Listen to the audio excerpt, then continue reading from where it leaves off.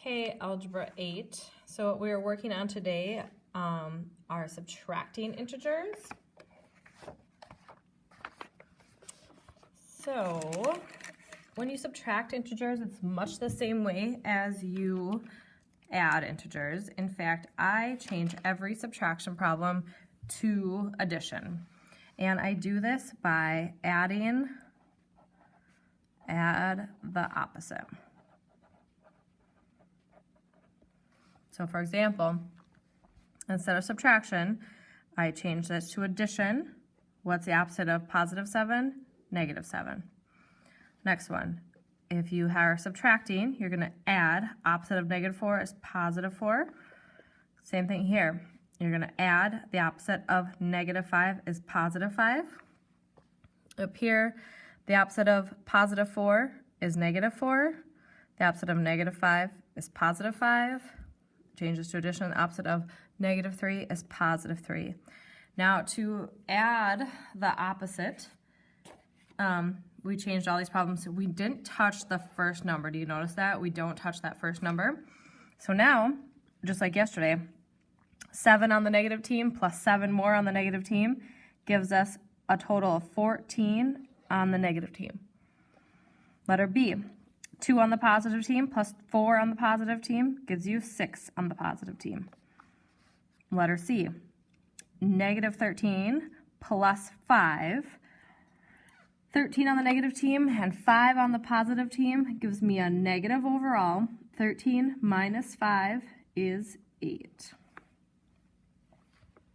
Okay, letter D, 7 on the negative team, 4 on the negative team, they combine to give you 11 on the negative team.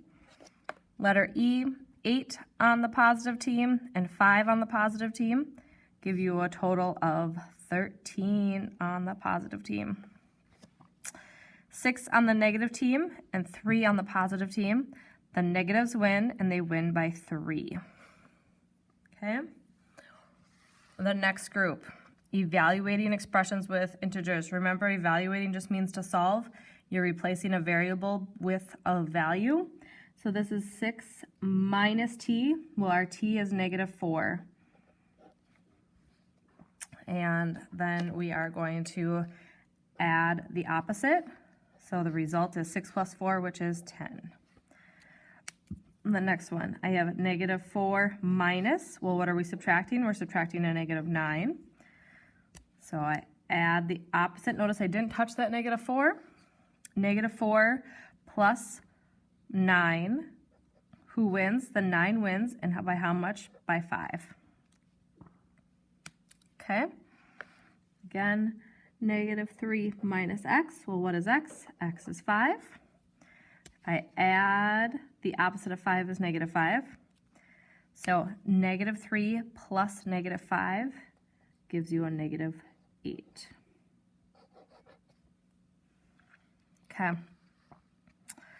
The last thing here, it says James enters a cave and climbs to a height of 30 feet above the entrance. So let's pretend we have the entrance of a cave right here.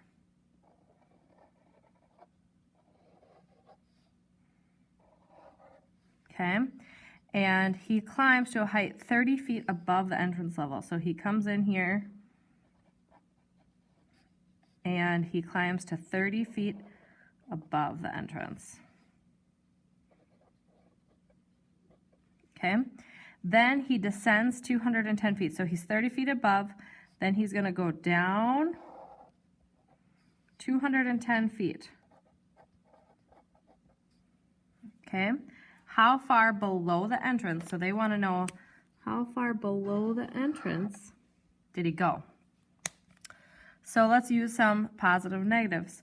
We have 30 feet, and 30 would have been a positive, and then we went down 210 feet from there. So again, I like to add the opposite. Okay, 30 is positive, 210 is negative. I do need to subtract, so I'm going to take 210 minus 30, and 11 minus 3 is 4, so I get 140. So how far below? It's technically 140 feet below the entrance.